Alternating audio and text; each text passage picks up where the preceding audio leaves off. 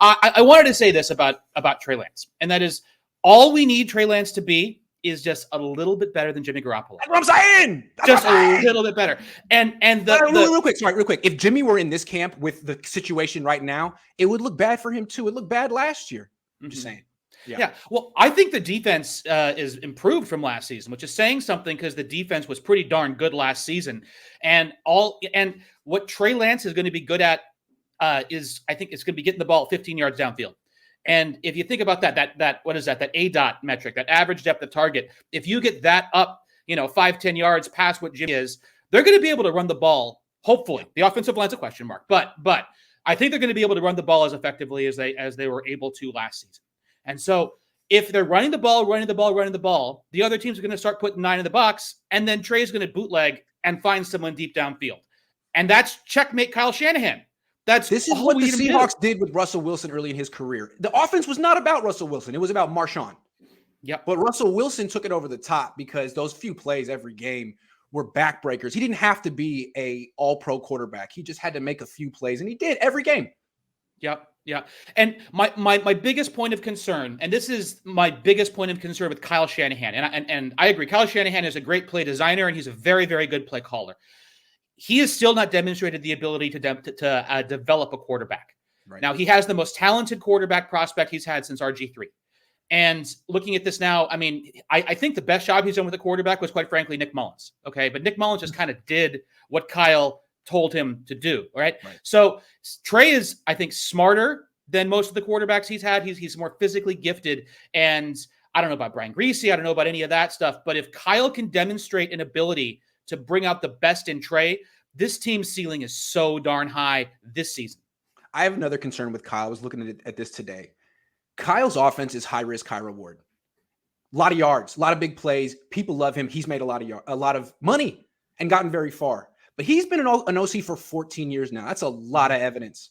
And if you look at interception percentage, his offenses have ranked in the top half of the league, where you don't want to be, among the league leaders 11 times. 11 out of 14. So what he does is he has his great system, and he takes credit for all the yards.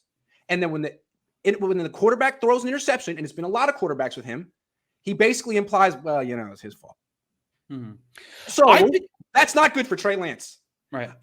I hope that doesn't become Trey. Like, Trey Lance wasn't throwing picks in college. Is he going to be an interception machine here? Because Jimmy wasn't throwing picks in New England. All of a sudden, I have a feeling, like you said, Kyle's like, look, it's going to be cover 3. I'm calling this. Now I want you to throw it to Kittle on it. Like, okay, fine. And then it's not sometimes, and he's wrong, and it's an interception. And dude's like, I just did what you told me to do. And Kyle's like, well, that's not what I'm going to say at the press conference. So I don't know. Maybe someone needs to stand up. Maybe Matt Ryan stood up to Kyle Shanahan that one year. I don't know, but this is a definite pattern. Yeah. And, I think back to Mike Holmgren and the development of Brett Favre. And there was a lot of talk during Brett Favre's development about how the first thing Mike Holmgren did was break him, and then he rebuilt him.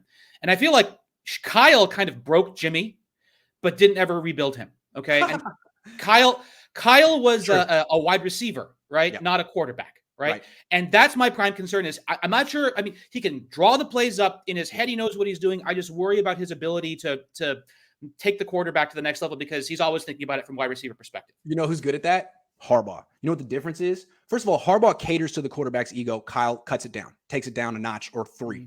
Also, Harbaugh's offense is low risk, low reward. He came to the Niners like, man, Alex has done all these picks. Let's take side adjustments out. Side adjustments are, if based on this coverage, the wide receiver changes his route. And so the quarterback and wide receiver have to read it during the play the same way. And if they don't, interception. Let's take that out. So there are a lot of things that Kyle could do to reduce interceptions, but he doesn't want to, because he takes credit for the yards and passes blame off for the mistakes. I'm sorry, Kyle. That's what you do. You've been doing it for 15 years. It's a racket, and you're not going to win a Super Bowl that way. Yeah. You got to get the mistakes down. You got to get the mistakes down. That is the number one most important statistic in football, turnover ratio. Mm-hmm. I'm very curious if we were to dive in the numbers. I mean, I know I probably have to go, and I'm sure you probably got a lot of people about to call. If we dive into the numbers, who is catching those interceptions? Is it linebackers? Is it the secondary? That's what I'd be curious to hear. But I'd love to know. Yeah, I'd love to know. Anyway. That's good reason. I'll look it up. Thanks, Tony. Aloha. Take care, Grant. Aloha. See ya. Real quick, Mason Wright. I remember when Mariota was in Oregon, he practiced with the baseball team to learn to slide. It's really important for Trey to learn that as well. Yeah, it is. It's really freaking important. I'll tell him.